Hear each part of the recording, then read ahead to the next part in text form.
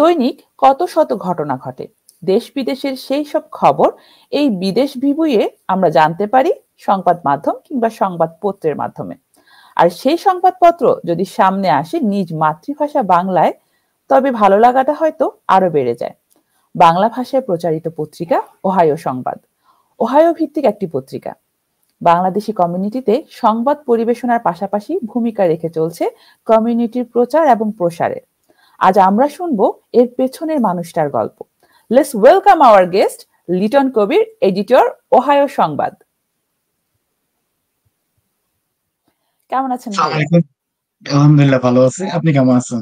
আমিও খুবই ভালো আছি এবং আজকের সকালটা আরো বেশি ভালো হয়ে গেল আপনার উপস্থিতিতে আমাদের এই প্রোগ্রামে।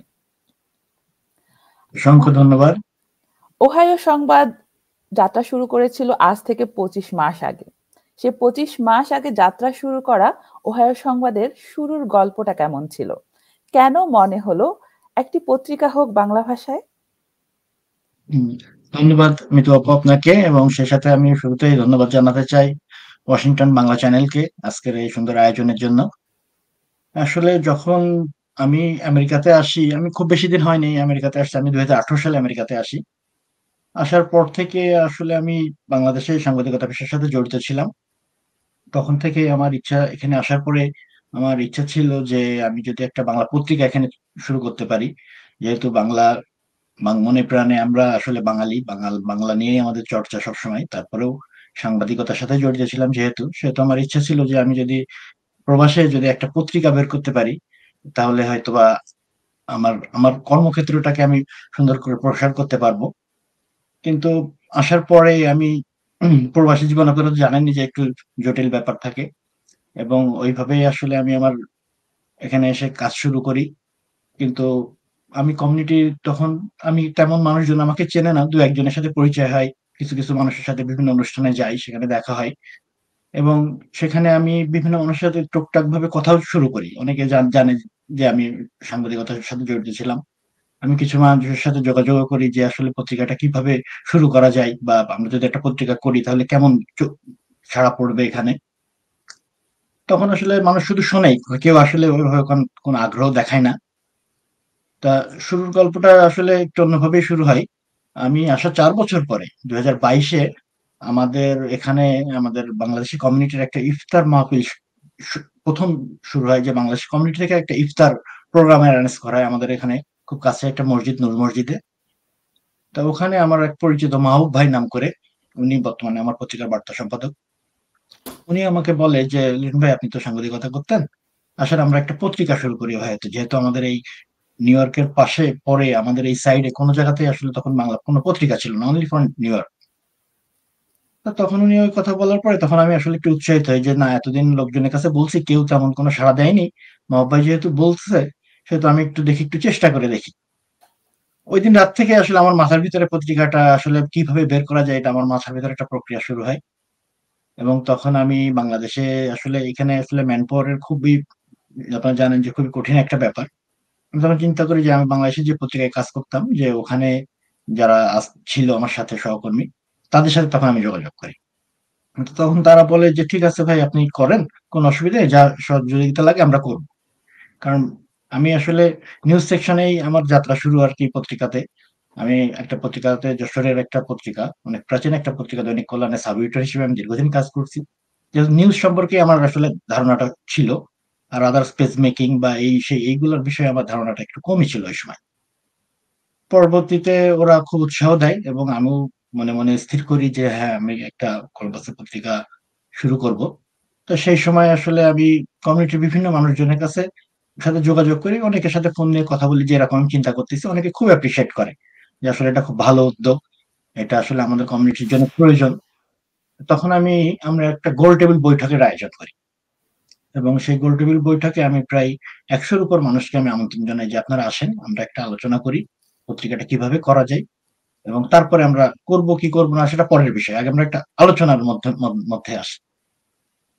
এবং 2022-এর 25শে জুন আমি হচ্ছে যে আমার ওহাইও সংবাদের জন্য আমি একটা গোল টেবিল বৈঠক আয়োজন করি। সেখানে আমি অনলি প্রায় 100-র উপরে মানুষকে দাওয়াত করি, কিন্তু মাত্র 21 জন মানুষ আসে। 21 জন মানুষকে নিয়েই আমি আমার ওই বৈঠকটা সারি এবং তখন আমরা একমত হই যে হ্যাঁ, আমরা পত্রিকাটা করা যায়। এটা আসলে একটা খুব ভালো উদ্যোগ এবং ওখান থেকে সিদ্ধান্ত হয় এবং আমরা ঠিক তার মাত্র ২৬ দিন পরে মানে ১৫ই জুন আমরা হচ্ছে যে সরি ২১ দিন পরে ১৫ই জুন আমরা ১ম ওহাইও সংবাদের পত্রিকাটা আসলে বের করি। ১ম সংখ্যা। এবং ১ম সংখ্যাটা যখন বের করি তখন আসলে কমিউনিটিতে একটা ব্যাপক আলোচনা এবং আলোড়ন সৃষ্টি হয়। এইভাবেই আসলে পত্রিকার যাত্রাটা আমি ১ম ওহাইওতে শুরু করি। আপনি বলছিলেন যে ১ম যখন শুরু করেন তখন কমিউনিটিতে হচ্ছে গিয়ে একটা সাড়া ফেলে দিয়েছিলেন। তো এই যে ২ বছর পার হয়ে এখন ইউএসএ তে আপনি বাংলা পত্রিকায় বাংলাদেশি কমিউনিটি থেকে কেমন সাড়া পাচ্ছেন? কমিউনিটি থেকে আসলে যখন ১ম শুরু করেছিলাম তখন মানুষ বিভিন্ন রকম কথা বলেছে যে চলবে না, এটা আসলে সম্ভব না। এখন অনলাইনের যুগ। অনলাইনে মানুষ সবকিছু পেয়ে যাচ্ছে। যার কারণে এটা আসলে একটা লস প্রজেক্ট হবে। কিন্তু যখন আমার ১ম সংখ্যাটা মার্কেটে আসে, তো তখন আসলে আমি যখন চিন্তা করি যে পত্রিকাটা বাজারে দিব, তখন আমি আসলে চিন্তা করি যে পত্রিকা কেমন ভাবে করা যায়। কমিউনিটি আমার চিন্তাই ছিল যে আমি পত্রিকাটা করব কমিউনিটি বেস। যে আমাদের কমিউনিটিতে অনেক নিউজ, অনেক অনুষ্ঠান, অনেক কিছু হচ্ছে। এই জিনিসটা আমরা কিভাবে রিপ্রেজেন্ট করতে পারি। তা ১৫ই জুন যখন আমি পত্রিকাটা বের করি, তার আগে যখন আমি পত্রিকাটা কাজ করতেছিলাম, তখন চিন্তা করি যে এখন তো গ্র্যাজুয়েশনের সময়। এখন তো বাচ্চাদের সবার গ্র্যাজুয়েশন চলতেছে।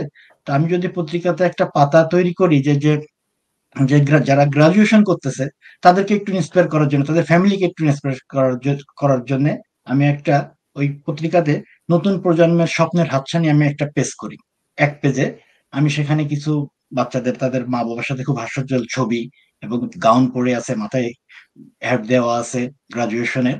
আমি ওইভাবে কিছু ছবি কালেক্ট করি এবং তাদের সাথে একটু যোগাযোগ করার চেষ্টা করি যে আসলে তারা কোন স্কুল থেকে গ্র্যাজুয়েশন করছে, তাদের ভবিষ্যৎ উদ্দেশ্য কি, তারা কোন কলেজে যে তারা ভর্তি হবে, এইভাবে তাদের সাথে কিছু সামথিং কিছু আমি হচ্ছে যে ইনফরমেশন নিয়ে আমি তখন ওই পেজটা রেডি করি। নতুন প্রজন্মের কাছে সবচেয়ে হাতছানি। আমার ওই পেজটাই আসলে আমার ওই পত্রিকার মূল আকর্ষণ হয়ে দাঁড়ায় ওই মুহূর্তে। যে তাদের ফ্যামিলিরা যখন ওই পত্রিকাটা দেখে যে তাদের ছবি পত্রিকাতে আসছে, তাদের সম্পর্কে কিছু লেখা আছে, এই জিনিসটা আসলে কমিউনিটিতে তখন একটা ব্যাপক সাড়া পড়ে যায়। হ্যাঁ? এবং ওই কারণেই মানে পত্রিকাটা আসলে এবং ১ম বাংলা পত্রিকা। কেউ মানে ওহাইওতে আসলে কেউই তখন বাংলা পত্রিকা আসলে আজ থেকে বেশ আগে, অনেক বছর আগে ঠিকানা নামের একটা পত্রিকা আমাদের এখানে একটা গ্রোসারি আছে, ইন্টারন্যাশনাল গ্রোসারি। ওখানে একসময় আসতো। তা দীর্ঘ প্রায় ১০-১৫ বছর এটা আর আসে না। এবং এত বছর পরে যে ওহাইওতে তাদের নিজস্ব নামে যে একটা পত্রিকা বের হয়েছে, এইটা আসলে কমিউনিটিতে একটা ব্যাপক সাড়া সৃষ্টি করে। একটি পত্রিকার খবর সংগ্রহ থেকে শুরু করে সেটা সাজানো এবং প্রচার করে পাঠকের হাতে পৌঁছানো, এই পুরো প্রক্রিয়া যজ্ঞটা আসলে কিভাবে সম্ভব হচ্ছে আপনি ইউএসএ বসে করছেন? আমরা যারা এই প্রক্রিয়া যজ্ঞের বাইরের মানুষ, আমাদের জন্য যদি একটু সংক্ষেপে বলতেন। ধন্যবাদ আপনাকে। এটা খুব কঠিন এবং গুরুত্বপূর্ণ একটা প্রশ্ন করেছেন আপনি। আসলে পত্রিকাটা আসলে আমাদের এখানে অনেকগুলা সংগঠন আছে। যেমন আমাদের বাংলাদেশী সংগঠন যদি বলি, আমাদের একটা বাংলাদেশী একটা সংগঠন হচ্ছে বাকো, তারপরে একটা সংগঠন আছে বালা, একটা আছে মোনা। এছাড়া কলকাতা ভিত্তিক বাঙালিদের যে সংগঠন তার ভিতরে আছে মনে করেন যে কোপকা, প্রয়াস, কৌশিক মজুমদারের কেস প্রোডাকশন নাম করে উনার একটা সংগঠন আছে। এছাড়া নাট্য সংগঠন আছে স্পটলাইট, তারপরে অনন্য থিয়েটার, তারপরে বাংলাদেশের স্টুডেন্ট আছে, বিএসএ বাংলাদেশ স্টুডেন্ট অ্যাসোসিয়েশন আছে, বাকাই বাঙালি কলকাতা স্টুডেন্ট অ্যাসোসিয়েশন আছে, বিভিন্ন ধরনের সংগঠন এখানে আছে। এছাড়া ছোটখাটো বিভিন্ন ধরনের প্রোগ্রাম তো কলম্বাস ওহাইওতে সবসময় হচ্ছে। তা আমি আসলে যখন পত্রিকার কাজ শুরু করি তখন আমি তখন আসলে আমাকে তেমন বেশি আমি আমেরিকাতে খুব বেশি দিন না, আমি আগেই বলছি। আমাকে মানুষজন কিন্তু তেমন চিনতো না। যার কারণে আমি যখনই কোনো সংগঠনের কোনো প্রোগ্রামের খবর, অনুষ্ঠানের খবর পেতাম, তখন আমি নিজেই সেখানে যেয়ে হাজির হয়ে যেতাম। তারা দাওয়াত করলেও তখন কেউই আমাকে দাওয়াত করতো না। আমি নিজে যেয়ে সেখানে তাদের একটা এন্ট্রি কস্ট থাকতো, সেটা দিয়ে আমি সেখানে যেয়ে আমি তাদের অনুষ্ঠানে অংশগ্রহণ করতাম। এবং আমি আসলে ছবি তুলতে খুব পছন্দ করি। আমি নিজে যাই সেখানে, যেয়ে ছবি তুলি এবং ওখানে মানুষজনের সাথে ২-১ জনের সাথে আলাপ করি যে অনুষ্ঠানে কারা আয়োজন করছে, কে দায়িত্বে আছে, কে প্রেসিডেন্ট, কে সেক্রেটারি, এই বিভিন্ন কিছু তথ্য আমি নিই এবং কেন করতেছে অনুষ্ঠান, এদের উদ্দেশ্যটা কি, এই কিছু তথ্য সংগ্রহ করে আমি বাসায় এসে আমি রাতে বসে বসে ওই নিউজটা আমি লিখি এবং ওই ছবিগুলো এডিট করি করে, এবং তারপরে এইভাবেই আসলে আমি পত্রিকাতে আমার নিউজগুলো সংগ্রহ করা। এছাড়া মনে করেন যে এখনো এখন হয়তো কলম্বাসের প্রায় 90% মানুষ আমি মনে করি যে আমাকে চেনে, আমার নাম জানে, আমি আমি একটা পত্রিকা চালাচ্ছি এখানে। এটা আসলে একটা খুব কঠিন একটা ব্যাপার, কিন্তু তারপরেও আমি আরেকটা জিনিস আপনাদেরকে বলতে চাই যে আমার যে পত্রিকা, আমি যে সংখ্যাটা আমি বের করি, আমার প্রতি মাসে 300 সংখ্যা আমি পত্রিকা বের করি। এইটা আসলে ডিস্ট্রিবিউশনটা আমি করি। আগে প্রথম যখন শুরু করেছিলাম তখন আমরা প্রথম যে সংখ্যাটা বের করি সেটা 300 কপি ছিল। তখন তো আসলে কোনো পত্রিকার কোনো গ্রাহক ছিল না, কোনো বিজ্ঞাপন ছিল না, মানে একদম জাস্ট একটা পত্রিকা, মাত্র 8 পেজ ছিল তখন। তখন এই পত্রিকাটা আমি শুক্রবার জুম্মার নামাজে, ওখানে মানুষজন আসে, ওখানে মানুষের হাতে হাতে দেওয়া হয়। তারপরে হচ্ছে যে গোশারিতে দেওয়া হয়। এবং আরেকটা জিনিস আমি ধন্যবাদ জানাতে চাই বাকুকে, যে বাকুর একটা ডিরেক্টরি ছিল। সেই ডিরেক্টরি থেকে আমি প্রায় 70 জন মানুষের বাসার ঠিকানা সংগ্রহ করি, এবং ওই ডিরেক্টরি 70 জন মানুষের বাসায় আমি বাই পোস্টের মাধ্যমে পত্রিকাটা তাদের বাসায় বাসায় পৌঁছে দিই। এবং পৌঁছে দেওয়ার পরে পরে তারা পত্রিকাটা পায়, অনেকে ফোন করে জানায় যে আপনি পত্রিকা পাঠাইছেন, আমাকে ধন্যবাদ জানাই। আমি আবার ফোন করে জিজ্ঞেস করি যে আপনারা পত্রিকাটা পাইছেন কিনা। এইভাবে আসলে পত্রিকার ইটা শুরু হয় এবং প্রচারটা শুরু হয়। আর পত্রিকার বিষয়ে আসলে আরেকটা জিনিস বলতেই হয় যে পত্রিকাটা আসলে মানুষ এমন ভাবে নিয়েছে যেটা মানে কল্পনার অতীত। মানে কিছু মানুষ তো থাকবে যে আপনার পিছনে কথা বলবে, আপনার আপনার ভালো জিনিসকে তারা করবে না। কিন্তু অনেকে এত পরিমাণ আমাকে উৎসাহিত করে এবং এত পরিমাণ আমাকে মানে ভালোবাসা দেয়, এবং এখন যেখানে যে অনুষ্ঠান হয় না কেন, যে সংগঠনের অনুষ্ঠান হয় না কেন, আমাকে তারা দাও দিতে মিস করে না।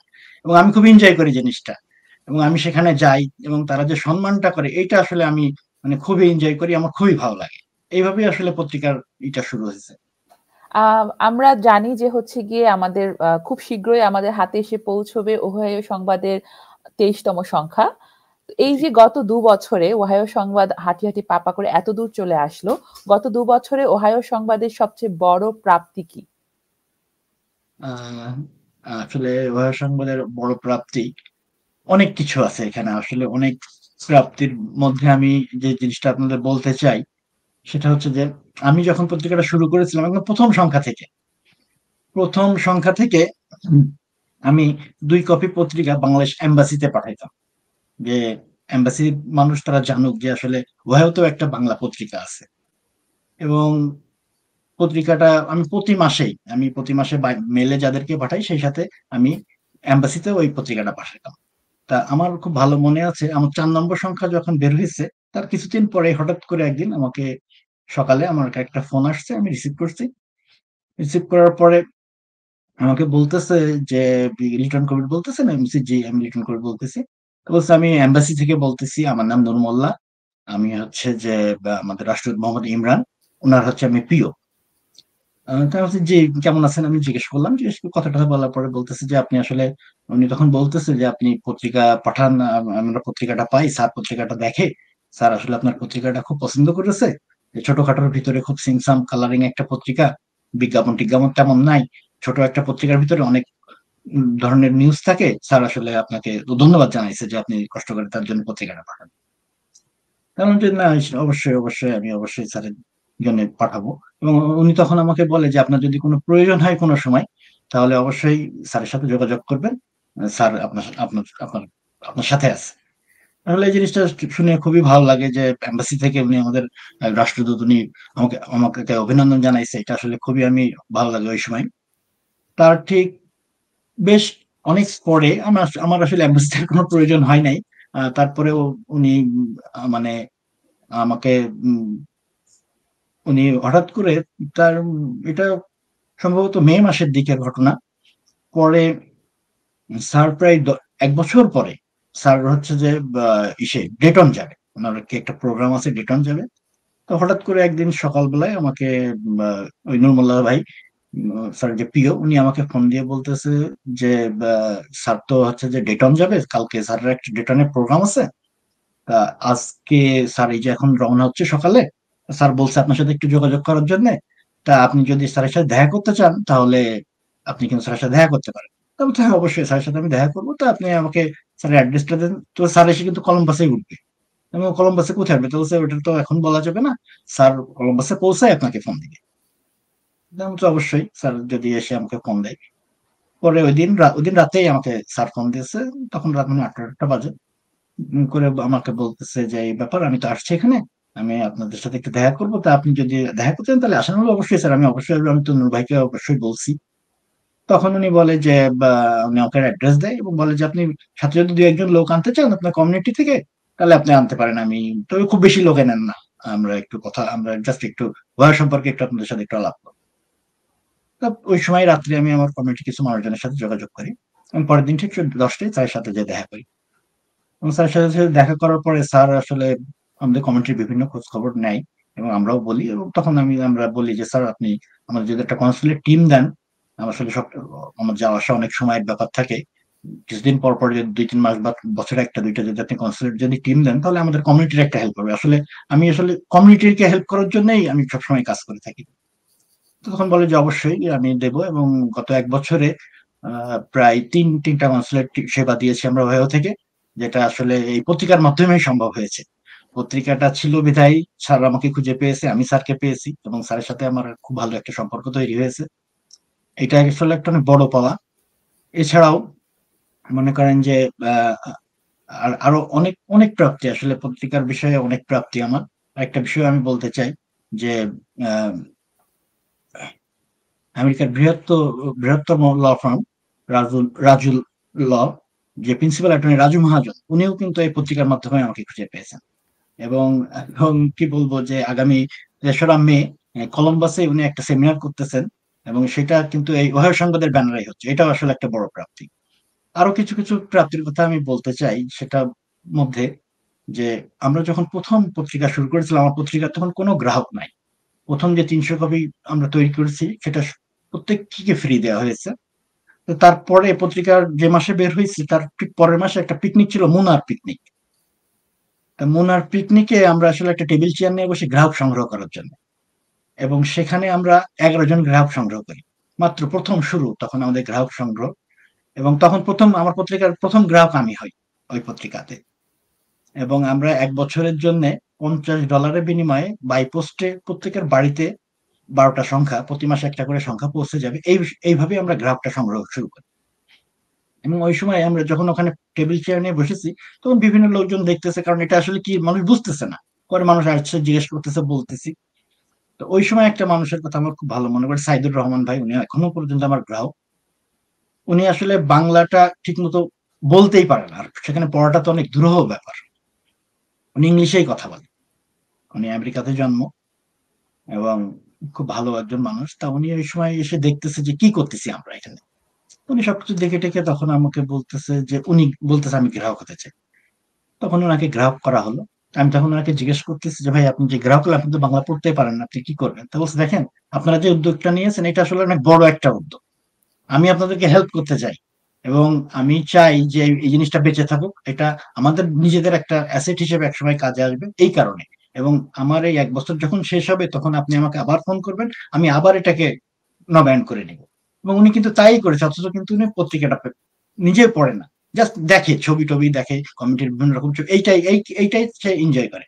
এইটাও আসলে একটা অনেক বড় একটা প্রাপ্তি বলে আমি মনে করি। সেই সাথে আরেকজনের কথাও একটু না বললেই নাই। সেটা হচ্ছে যে আমার পত্রিকার শুরুতে একটা মানুষ আমার সাথে আছে, সেটা হচ্ছে যে আব্দুল খালেক। ওনার 73 বছর বয়স, এবং আমার পত্রিকার প্রথম যে বিজ্ঞাপনটা, উনি কুমিল্লাতে একটা এনজিও চালায়, গ্রামীণ কল্যাণ সংস্থা নামে। এবং উনি ওই এনজিও থেকে এখানে বসে এনজিওটা চালায়। উনি আমার উনি যে নেভারহুডে থাকে, সেই নেভারহুডে আমার 11 জন গ্রাহক আছে। তা আমি তো আমি তাকে বলছি যে আঙ্কেল আমি এই পত্রিকাটা বাই পোস্টে তাদেরকে দেবো, যেহেতু তারা আমার গ্রাহক। কিন্তু উনি বলছে যে না, যে এটা আপনি মেল করতে হবে না, এটা আমি প্রত্যেকের বাসায় যেয়ে যেয়ে দেবো। আমি চাই যে পত্রিকাটা আরো বড় হোক, পত্রিকাটা আরো সামনে এগিয়ে যাক। কারণ আঙ্কেল, মানে 11 জন গ্রাহক, আমার বাই পোস্টে $2.01 খরচে আমি এটা করবো। তো বলছে না, এই যে এই আপনার 11টা পত্রিকার যে টাকাটা, এটা আপনি সেভ করেন, এবং এইটা আপনি সেভ করে আপনার পত্রিকাটাকে সামনের দিকে এগিয়ে নিয়ে যান। আমি প্রত্যেকের বাড়বে এই যে ঝড় বৃষ্টিটা গরম কোনো ব্যাপার না, কিন্তু সোনোর ভিতরেও তিনি একজন বয়োজ্যেষ্ঠ হয়ে প্রত্যেকের বাসায় বাসায় যে যে পত্রিকাটা পৌঁছে দেয়, এটাও আসলে আমার জন্য একটা বড় প্রাপ্তি বলে আমি মনে করি। ওহাইও সংবাদ, আমরা জানি যে সংবাদপত্রের একটা অংশ হচ্ছে বিজ্ঞাপন। তো জি আমরা জানি যে ওহাইও সংবাদেরও হচ্ছে গিয়ে একটি বিজ্ঞাপন অংশ আছে। এই যে বিজ্ঞাপন, সেখানে কারা আসলে বিজ্ঞাপন দিতে পারবে, এবং কেউ যদি চায় নিজের ব্যবসা সংস্থার কোনো প্রচার বা প্রসারের জন্য সেই বিজ্ঞাপনটা দেওয়ার জন্য তাকে আসলে কিভাবে যোগাযোগ করতে হবে, এবং এই চার্জটা কিভাবে নির্ধারিত হয়? জি, ধন্যবাদ আপনাকে। আসলে একটা পত্রিকার আসলে প্রাণ হচ্ছে বিজ্ঞাপন। বিজ্ঞাপন ছাড়া পত্রিকা আসলে বাঁচিয়ে রাখা খুবই মুশকিলের ব্যাপার। সাপোজ আমি আপনাকে আরেকটু ক্লিয়ার বলতে চাই, সেটা হচ্ছে যে যে আমার বর্তমানে পত্রিকার গ্রাহক ১৭৫ জন।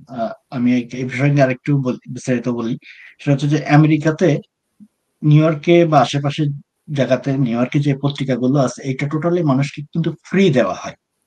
ফ্রি, নো চার্জ, কোনো পেমেন্ট, কোনো কিছু নাই। একটা পত্রিকা হচ্ছে ৭০ পেজ, ৮০ পেজ, এর ভিতরে হচ্ছে ১০ পেজ নিউজ, বাকিটা টোটালি বিজ্ঞাপন। ঠিক আছে, যার কারণে তারা এটা ফ্রি দেয়। কিন্তু আমি একমাত্র মনে হয় পত্রিকা, যে আমি পত্রিকাটা বিক্রি করি, যে পত্রিকাটা বিক্রি করা ছাড়া আমার কোনো উপায় নেই, কারণ আমার পত্রিকার বিজ্ঞাপনের সংখ্যা খুবই কম, খুবই কম। এবং মনে করেন যে আমার, সাপোজ আমি যদি ১৭৫ পিস, আমি যেহেতু $৫০ আমি গ্রাহক করতেছি, তার মানে একটা পত্রিকা $৪ করে দাম আসতেছে। তা আমার ১৭৫ পিস পত্রিকা যদি আমি বিক্রির হিসাবটা করি, তাহলে আসে হচ্ছে $696। $৬৯৬ আসলে একটা পত্রিকা কিভাবে বেঁচে থাকবে বল? একটা পত্রিকা আসলে বেঁচে থাকার কোনো সুযোগ নাই। সেক্ষেত্রে বিজ্ঞাপন ছাড়া কোনো পত্রিকায় আসলে বেঁচে থাকবে না। বিজ্ঞাপন যদি আপনি দেন, আপনারা যদি বিজ্ঞাপন আসলে আপনার পণ্যের প্রচার, সাপোজ একটা কলম, একটা কলমের যদি আপনি আপনি মার্কেটে আনছেন, এই কলমটা কতটা, এর গুণগত মান কি, এটা কি কাজে ব্যবহার হচ্ছে, এই বিস্তারিতটা যদি আপনি মানুষের কাছে না পৌঁছে দেন, তাহলে কিন্তু আপনার এই জিনিসটা বিক্রি হবে না। এই প্রচার এবং প্রসারের জন্য একমাত্র মাধ্যম হচ্ছে বিজ্ঞাপন, এবং পত্রিকার প্রাণ হচ্ছে বিজ্ঞাপন। এখন পত্রিকার যদি আপনি বিজ্ঞাপন দিতে চান আপনার প্রতিষ্ঠানের, আপনার পণ্যের, আপনি কি কাজ করতেছেন এইগুলা, সেক্ষেত্রে সরাসরি আমাদের সাথে যোগাযোগ করতে হবে। এবং আমাদের যোগাযোগ করার যে মাধ্যম, সেটা হচ্ছে আমার অনলাইনে আমার ইমেল করতে হবে, ohio.সংবাদ@gmail.com ইমেল করতে পারেন। আমার হচ্ছে যে আমাদের একটা হোয়াটসঅ্যাপ গ্রুপ আছে আমাদের, সেখানে আপনারা যোগাযোগ করতে পারেন ওহাইও সংবাদ নামে। আমাদের উম, আপনি সরাসরি আপনি হচ্ছে যে আমাদের ওহাইও সংবাদের একটা ফেসবুক পেজ আছে, সেখানে যোগাযোগ করতে পারেন। আর আমি আমার এই আজকের লাইভের পরে এখানে আমি লিঙ্কটা দিয়ে দিব, সেখানে আমার সাথে যোগাযোগ করার মাধ্যম করে আপনি আপনার বিজ্ঞাপনটা দিতে পারবেন। তো বিজ্ঞাপনের কেমন কি খরচ হয় এটার বিষয়ে আসলে, এটা আসলে কত ইঞ্চি হবে, কত কলম হবে, এটার উপর ডিপেন্ড করে, এবং কোন পেজে যাবে এটার উপর ডিপেন্ড করে এর খরচটা। আমাদের সাথে যোগাযোগ করলে ইনশাল্লাহ এগুলো সর্ট আউট হয়ে যাবে, কোনো সমস্যা হবে না। আর আমরা যারা আপনাদের ওহাইও সংবাদের গ্রাহক হতে চাই, আমাদের জন্য আসলে ওয়েটা কি? আমরা কি একইভাবে হচ্ছে ওহাইও সংবাদের সাথে যোগাযোগ করব নিজেদের যে গ্রাহক সার্ভিসটা আছে সেটা নেওয়ার জন্য? আমি একটু ক্লিয়ার করি, সেটা হচ্ছে www.ohiosangbad.com। আপনি যদি গুগলে সার্চ করেন, ওখানে ওহাইও সংবাদের একটা পেজ আছে। যে ওহাইও সংবাদ শুধু প্রিন্টেড ভার্সন না, ওহাইও সংবাদের অনলাইন ভার্সনও আছে। ওখানে গিয়েও আপনি, ওখানে একটা কিউআর কোড দেওয়া আছে, ওই কিউআর কোডের মাধ্যমেও আপনি গ্রাহক হতে পারবেন। এছাড়া আমি, আপনি সরাসরি গুগলে সার্চ করে ohiosangbad.com সার্চ করে আপনি ওহাইও সংবাদের ডিটেলস ইনফরমেশন সেখানে পাবেন। সেখানে ওহাইও সংবাদের ইমেল অ্যাড্রেস পাবেন, ওহাইও সংবাদের হচ্ছে যে আপনার ওয়েবসাইট পাবেন। সেখানেও আপনি যোগাযোগ করে আপনি আপনার পণ্যের বিজ্ঞাপন দিতে পারবেন। ইউএসএ তে বাংলাদেশি কমিউনিটি এখন আরো বড় হচ্ছে, এবং এখনো প্রচুর মানুষ হচ্ছে কি, আমাদের ছোট ছোট কমিউনিটি তৈরি হচ্ছে বিভিন্ন স্টেট ভিত্তিক। কিন্তু আমাদের কমিউনিটির জন্য বাংলা ভাষার পত্রিকা, ম্যাগাজিন কিংবা সাহিত্য পত্রিকার সংখ্যা তুলনামূলকভাবে কম। যদি নতুনেরা আপনার পথ অনুসরণ করে সংবাদপত্র নিয়ে কাজ করতে চায়, তবে তাদের জন্য আপনার উপদেশ কি হবে? এবং সংবাদপত্র নিবন্ধনের এই যে পুরো প্রক্রিয়াটা, এই প্রক্রিয়াতে কি আমরা আপনার থেকে কোনো সাজেশন পেতে পারি কিনা? জি, অবশ্যই। আসলে প্রবাসে আসলে পত্রিকাটা আসলে তৈরি করা এবং মানুষের কাছে পৌঁছে দেওয়া এটা একটা খুব কঠিন একটা চ্যালেঞ্জ, যেটা আসলে বাংলাদেশ বা বাংলাদেশের, আমি যেহেতু জানি বাংলাদেশের প্রেক্ষাপটটা, ওটা খুব অতটা জটিল না। কিন্তু এখানে আসলে আপনি একটা পত্রিকা যখন তৈরি করবেন, আপনাকে অনেক কিছু চিন্তা করতে হবে। যেমন পত্রিকাটা আপনি ঠিকমতো টাইমলি বের করতে পারতেছেন কিনা, আপনি ঠিকমতো নিউজ সংগ্রহ করতে পারতেছেন কিনা, গ্রাহকের প্রতিক্রিয়াটা কি, গ্রাহক কিভাবে এটা নিচ্ছে, অনেক বিষয় এখানে থাকে। তবে যারা নতুন পত্রিকা করতে চাই বা পত্রিকার সাথে সংযুক্ত হতে চাই, তাদেরকে আমি বলবো যে আপনারা বেশি বেশি করে নিউজ পড়েন। আপনারা বিভিন্ন ওরিয়েন্টেশন প্রোগ্রামকে ফলো করেন, যে একটা পত্রিকা করতে গেলে যে পত্রিকার যে মূল যে থিম গুলা, যে একটা নিউজ আপনি লিখবেন, নিউজটা কিভাবে লিখতে হবে, একটা প্রোগ্রামে যান, আপনি সে প্রোগ্রামে দেখেন, এবং পত্রিকার নিউজটা লেখার যে কৌশলগুলো সেগুলো আপনাকে রপ্ত করতে হবে। এবং যারা নতুন আছে তাদেরকে অবশ্যই আমি বলবো যে আপনারা সর্বদাই আমার কাছে ওয়েলকাম থাকবেন, যে আপনাদের যে কোনো প্রকার সাহায্য যদি প্রয়োজন হয়, যে আপনি পত্রিকা করবেন, আপনার সহযোগিতার দরকার, আপনার পেজ মেকিং এর দরকার, আপনার নিউজের দরকার, আপনার সব রকম সাহায্য সহযোগিতা আমি আপনাদেরকে করব। এবং মনে করেন যে পত্রিকার নিবন্ধনের যে ব্যাপারটা, এটা আসলে জটিল কিছু না। এটা খুব সিম্পল একটা ব্যাপার। নিবন্ধন না করেও আপনি পত্রিকাটা আপনি চালাই যেতে পারবেন। তবে হ্যাঁ, আপনাকে যেহেতু এখানে কিছু আর্নিং এর ব্যাপার থাকবে, যেহেতু আপনার হয়তো বিজ্ঞাপন থেকে কিছু টাকা আসবে, আপনার কাস্টমার, আপনার পত্রিকা বিক্রি করে কিছু টাকা আসবে, আপনি জাস্ট একটা এলএলসি করবেন। এলএলসি করে আপনি একটা ব্যাংক অ্যাকাউন্ট করে আপনি এটা চালাবেন, এবং প্রতি মাসে আপনি আপনার প্রতিষ্ঠানে আপনি ট্যাক্স ফাইল, যে আপনার নিজের ট্যাক্স ফাইল করেন, এবং ট্যাক্স ফাইল করে আপনি এটা খুব সহজে চালিয়ে যেতে পারবেন। তবে পত্রিকার ক্ষেত্রে অবশ্যই আপনাকে যে জিনিসগুলো খেয়াল করতে হবে, যে পত্রিকার একটা হেড পিস তৈরি করতে হবে, পত্রিকার গেট আপ, মেকআপ, এই জাতীয় যে আনুষঙ্গিক যে জিনিসগুলা আছে, এইগুলোর বিষয়ে যে কেউ আমার সাথে আপনারা আলোচনা করতে পারেন, আমি আপনাদেরকে হেল্প করবো। আমি আপনাদেরকে 100% হেল্প করব। যে আমি চাই যে আমেরিকার প্রতিটা স্টেটে, প্রতিটা শহরে পত্রিকা বের হোক। আপনি হয়তো আমার আমি আরেকটু বলতে চাই যে নিউ ইয়র্কের পরে আমাদের উত্তর আমেরিকাতে ওহাইও সংবাদী একমাত্র পত্রিকা যেটা প্রিন্টেড ভার্সন ছিল। এর আগে কোনো পত্রিকা এখানে প্রিন্টেড ভার্সন ছিল না আমাদের এই অত্র অঞ্চলে, শুধুমাত্র নিউ ইয়র্ক। কিন্তু গত 3 মাস আগে মিশিগানে একটা পত্রিকা বের হয়েছে, এবং আজকে আজকে পেনসিলভেনিয়া বাংলা পত্রিকা নামে আজকে তারা আত্মপ্রকাশ করতেছে প্রিন্টেড ভার্সন, এবং যেটা আজকে জুম্মার নামাজে পড়ে তারা ডিস্ট্রিবিউশন শুরু করবে। আসলে এটা আসলে অনেক বড় একটা ব্যাপার, যে প্রবাসের মাটিতে বসে যে আমরা যে কাজ করতেছি, এটা আসলে আমাদের গর্ব করার একটা বিষয় বলে মনে করি। আর কারোর যদি কোনো প্রকার হেল্পের প্রয়োজন হয়, তারা যদি করতে চায় পত্রিকা, আমার সাথে সরাসরি যোগাযোগ করবেন। আমি যথাযোগ্য চেষ্টা করব যে একটা পত্রিকা তার শহরে যেন বের হয়। আহ, ওহাইও সংবাদ নিয়ে আমরা আপনার ভবিষ্যৎ পরিকল্পনা জানতে চাচ্ছিলাম। ভবিষ্যৎ পরিকল্পনা আসলে হয় সংবাদে, মনে করেন যে আমি আমি আসলে কিছু মানুষকে ধন্যবাদ জানাতে চাই। তার মধ্যে প্রথমত আমি যাকে ধন্যবাদ জানাতে চাই, আমার ওয়াইফ, যে আমাকে মানে খুবই ইন্সপায়ার করেছে যে এই পত্রিকাটা করার জন্য।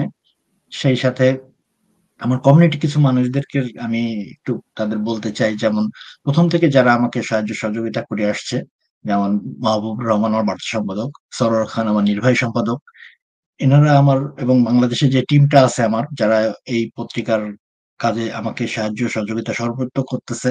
কারণ আসলে আমার পত্রিকার যে জিনিসটা, এটা আসলে খুব একটা জটিল প্রক্রিয়া। আমি আপনাকে আগেই বলছি যে আমাদের এখানে যখন দিন, বাংলাদেশে তখন রাত। আর আমার পত্রিকা টোটালি, আমি এখান থেকে নিউজটা করে বাংলাদেশে পাঠাই, সেখান থেকে নিউজটা তারা রেডি করে আমাকে পাঠায়, আমি প্রুফ দেখি, ভুল ত্রুটি সংশোধন করার পরে যে এটা প্রিন্টে যায়, এবং প্রিন্টে যাওয়ার পরে, এটা প্রিন্টে আসার পরে তারপরে তো আমার ডিস্ট্রিবিউশন প্রক্রিয়াটা শুরু হয়।